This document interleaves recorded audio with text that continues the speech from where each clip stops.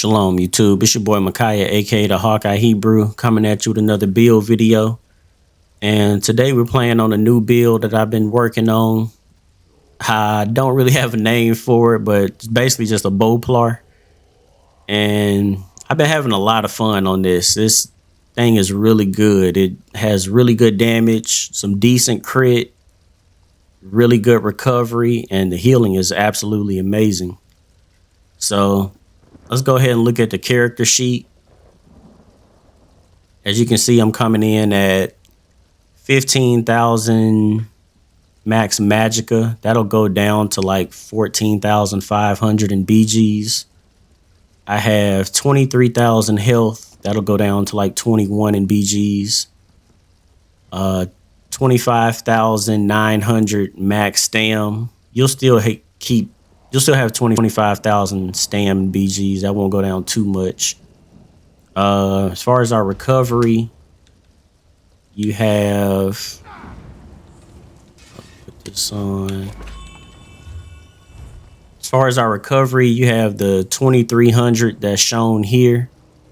And then you have roughly another 400 on top of that from our defensive buff from the restoring focus.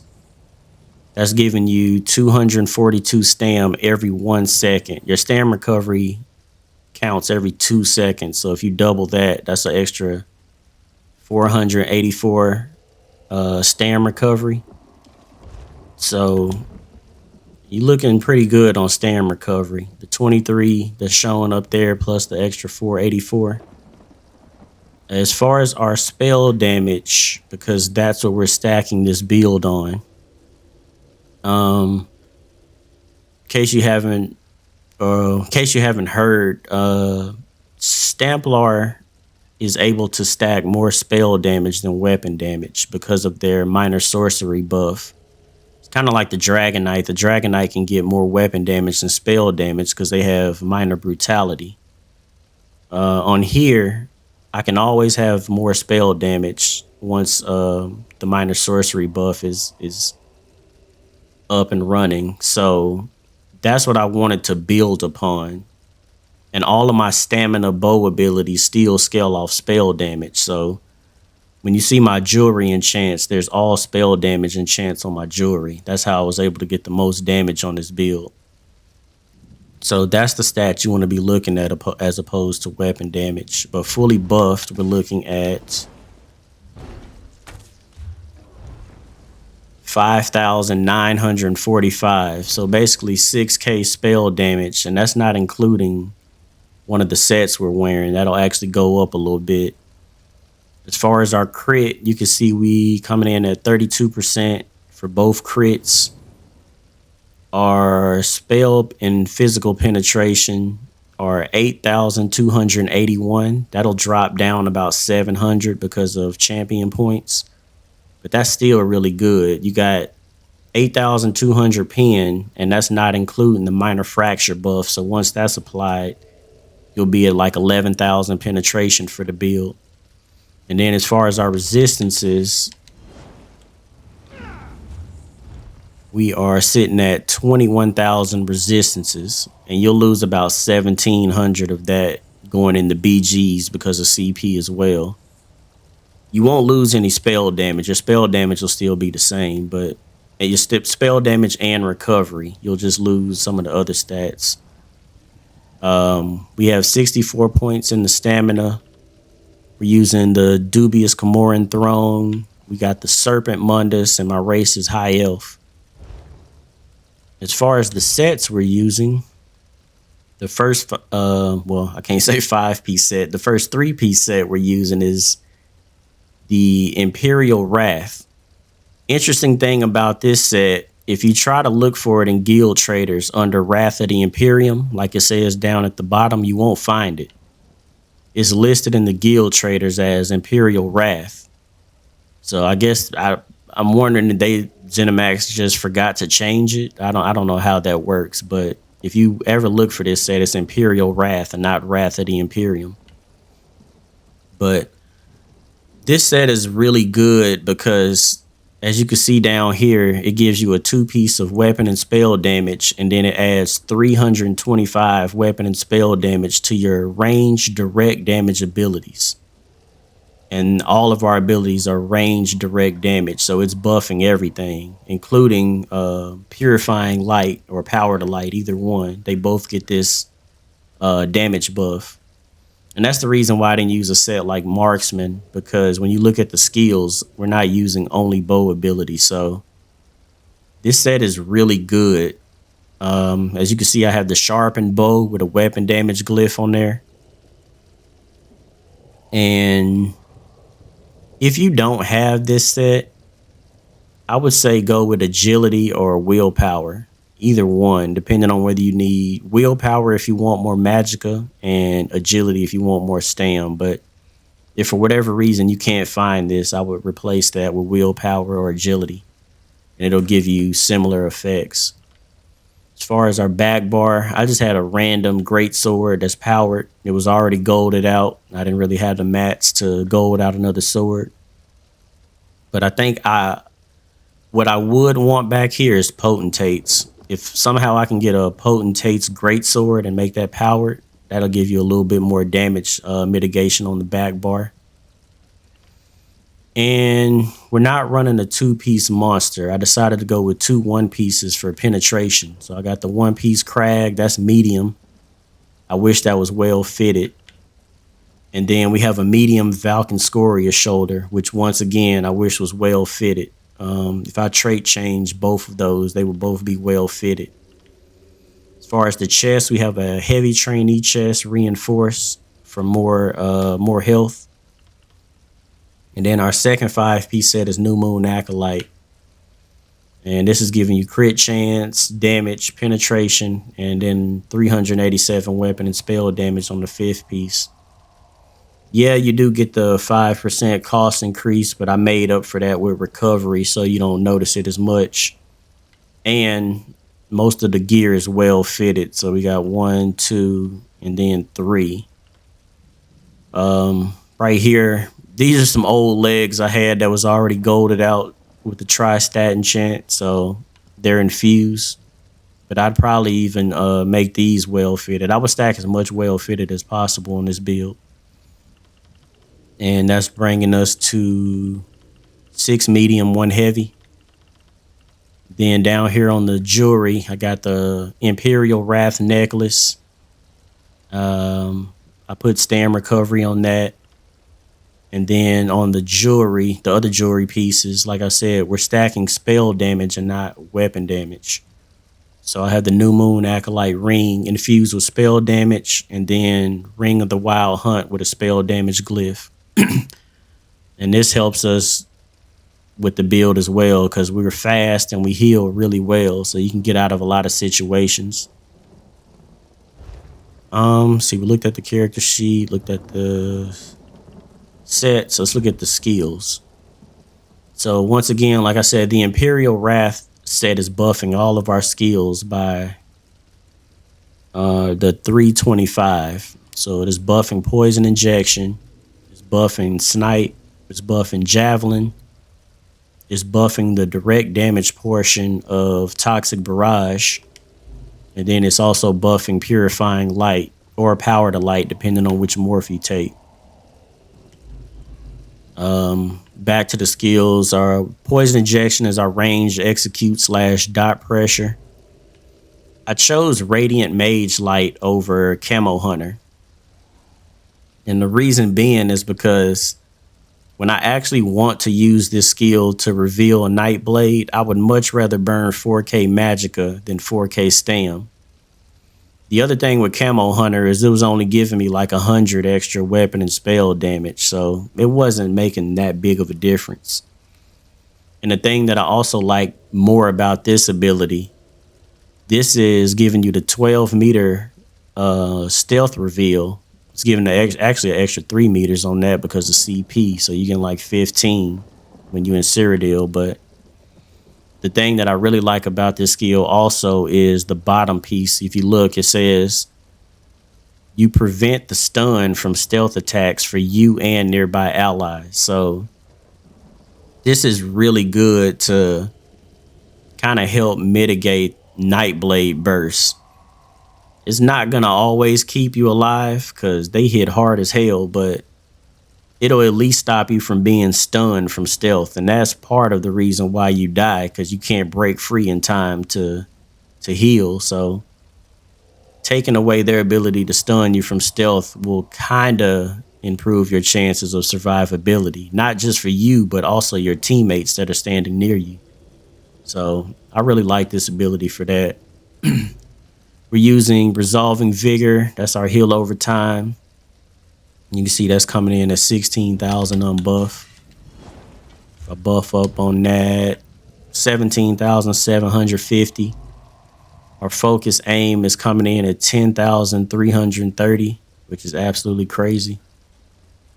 And then you can see we get the minor breach from that. If you don't want to use this morph, you want to use the poison damage ability, then make sure you choose Power to Light back here so that you can still get the breach. But using Binding Javelin, you could take the mag morph here. The mag morph does more damage based on how far you throw it.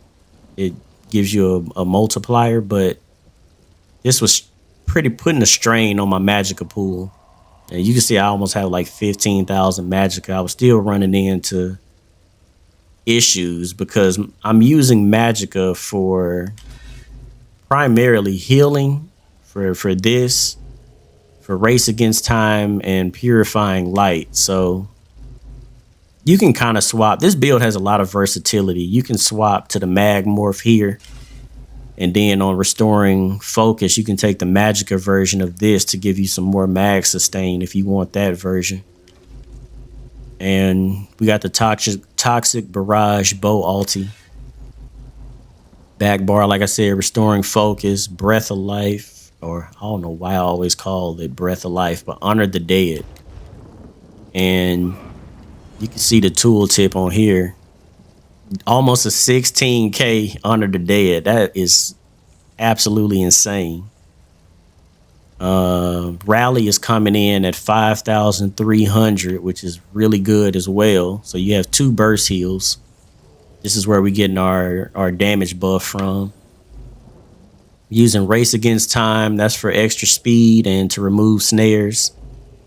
And then I took the Purifying Light morph, and the reason being is because Power to Light scales off of weapon damage only. Even though the Imperial Wrath set was buffing the tooltip for both morphs, Power of the Light only scales off weapon damage. This morph scales off spell damage. So when you look at the tooltip on here, we got a 21,000 Purifying Light tooltip. I've seen this thing in Battlegrounds hit somebody for 14,000 damage. Granted, that was probably a crit, but still, that is a lot of damage. And when the effect ends, you and nearby allies get a little bit more healing. And then for my backbar ultimate, I got Remembrance. This is kind of like pretty much a oh shit heal.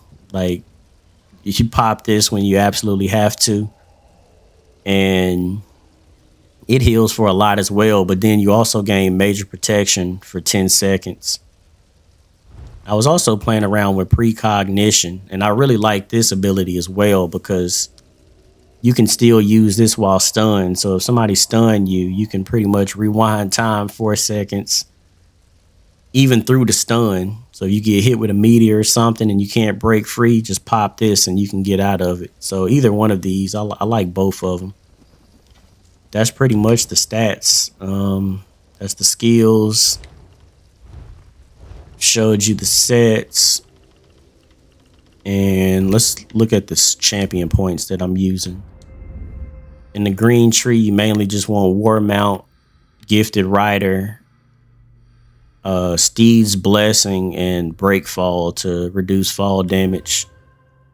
In the blue tree, since we're using all direct damage attacks, I took Deadly Aim, Master at Arms. I took Ironclad, And then I left my 4th slot open because I want to experiment with fighting finesse, which increases critical damage and healing. I want to experiment with duelist rebuff and enduring resolve. Those are one of the 3 that I'm going to take. So depending on what I feel the build needs more. So that's pretty much the blue tree. And then in the red, we have Boundless Vitality, Fortified. I took Relentlessness. And then I took Celerity, because I don't like how when you're out of combat, you're so fast with Ring of the Wild Hunt. And then once you enter combat, you slow down a lot. So I kind of took Celerity to make up for that. And once again, like I said, some of your stats will drop going in the BGs. Obviously, you'll lose 1,400 health. You'll lose 1,700 armor here. You'll lose a little bit of health from here. And you won't have Celerity. But the build still performs very well in BGs. So that's pretty much everything. Hopefully you guys enjoyed the build. And hopefully you enjoy the gameplay. And I'll catch you all next time.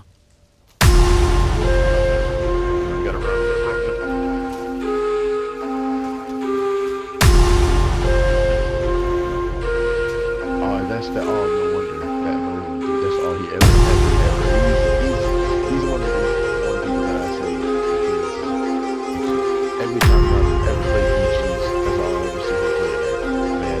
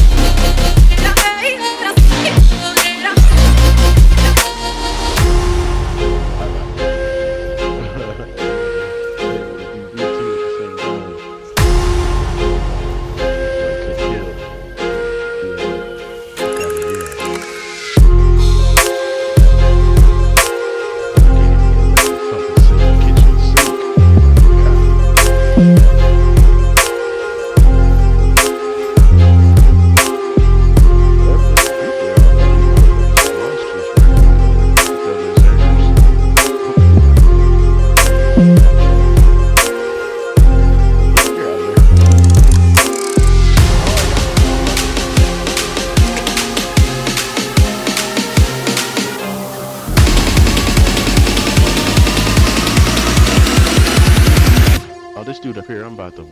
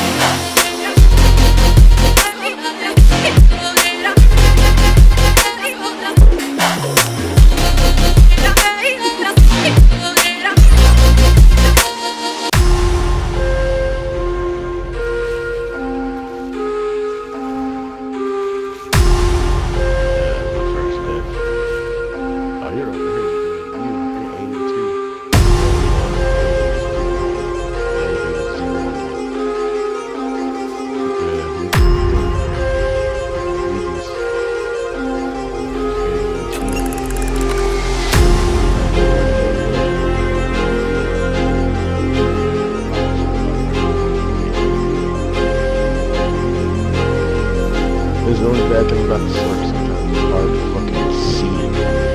Especially if you're fast slurp.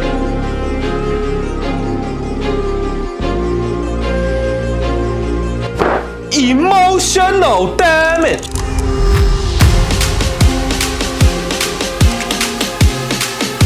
You tried, homie. It didn't work.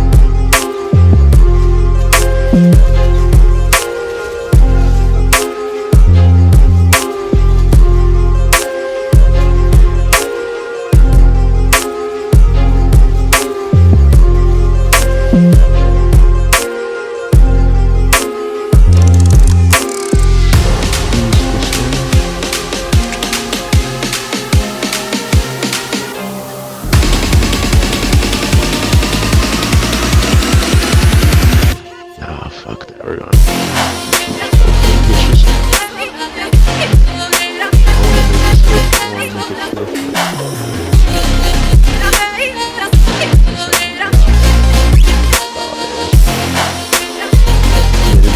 it doesn't